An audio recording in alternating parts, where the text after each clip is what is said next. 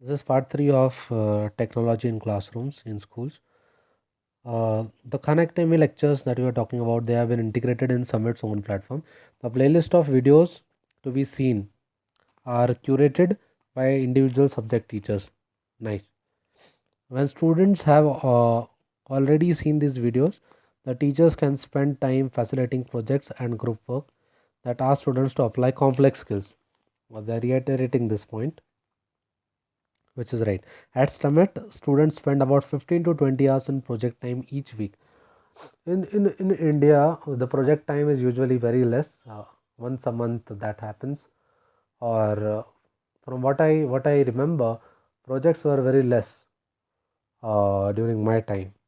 Yes, content learned through playlist is assessed through online test in all classes and grades, and it's worth 30% of the grade. Project time assessments grades by teachers are worth 70%. So Summit, as we can see, they are trying to focus more on real life learning, right? As to what is happening in real life, and that is what they have given more weightage to. The teachers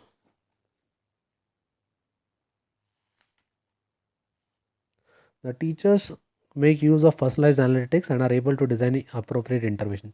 Yeah, through each of the dashboards for the kids and whatever their performances are, the teachers are able to analyze all the data, and they are able to, if you see that if the student is not doing particularly well in one of the topics, they are able to recommend additional videos, or even help the students personally. So intervention, so appropriate interventions can be designed for these students.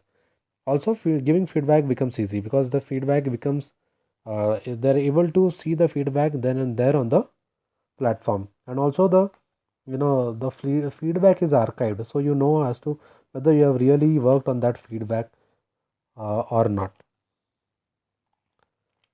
How can hundreds of hours of planning, scoring, grading, busy work can be cut down? So this is an issue. You can see, most of the times teachers busy in paperwork instead of thinking about what to do next, or how to improve their pedagogy. Most of the times teachers are busy in maybe scoring or checking of the papers, uh, or the busy work, which is which is not that productive.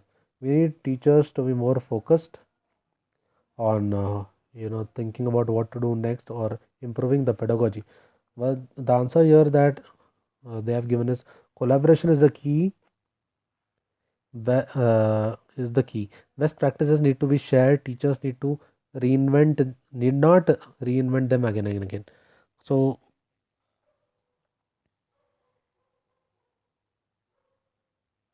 the best practices need to be shared. We we need to create an environment wherein teachers are sharing this pedagogy with each other. They need not keep on thinking as to what to do next, or reinventing or inventing their own thing. If this sharing happens, it becomes quite easy for the teacher to adopt them fast. The Summit platform helps this in this. The Summit platform helps in this. The platform has been shared with 330 other schools nationwide. Of course, the Summit platform may also have uh, an interactive feature for the teachers, wherein they can share their best practices. So if teachers from across 330 schools are sharing their best practices, it saves a lot of time, it saves a lot of teacher hours. A balance between technology and online learning has to be established. Too much tech can run the risk of reducing social interactions, which is absolutely true. uh, this needs to be taken care of. We don't want too much tech to be there inside schools. We want to have a balance.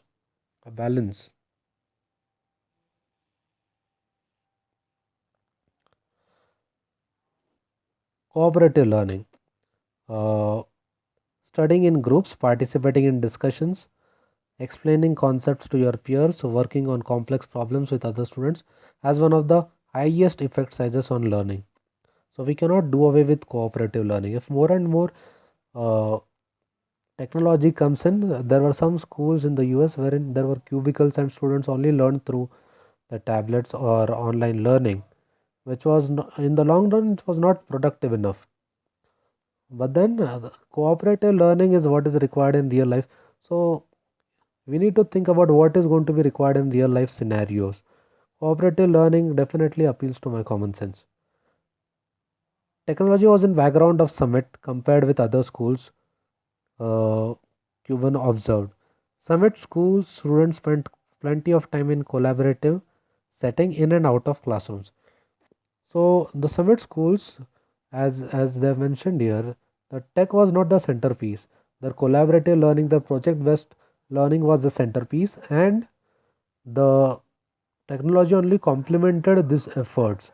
Because as we can see, they have used technology to offload some of their time, to offload some of the lectures so that they can get more time. So they have not kept the technology at the center of everything. They have used technology to build in more efficiency for the teachers, which is a very wise approach. Larry Cuban's book. Okay, so I'm going to read that as well. So how have they in incentivize the teachers, okay, to come up with new pedagogy?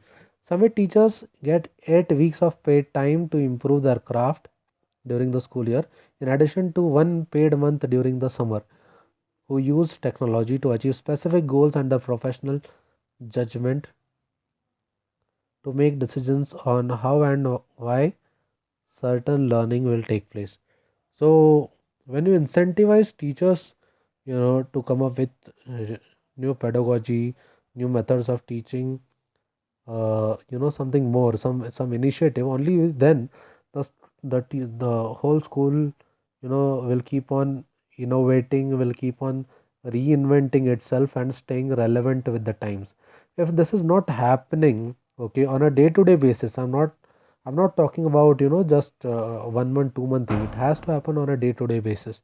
Only when it happens on a day-to-day basis will the schools remain relevant. Otherwise, they are going to lose their relevance very fast. My focus on getting the students industry ready, is it correct? Or should it be a part of larger different objective? Of course, they need to get, they need to be industry ready. I need to think in terms of what is going to be expected out of them. But is that the only thing that I should be thinking of? Or I need to have a more, bigger aim, a bigger objective there. So I need to think of that. There is a sense of community in Summit. Sense of community. I need to find out, or I know what is a sense of community, but then I need to elaborate a bit more on it as to how this can be done. Uh, how people are going to come together, how people are going to help each other, how it is going to feel as if someone is there for you. So how this sense of community has to be developed and why it is important. When does the high school in US start? From which class? I guess it starts from standard 8th, I believe.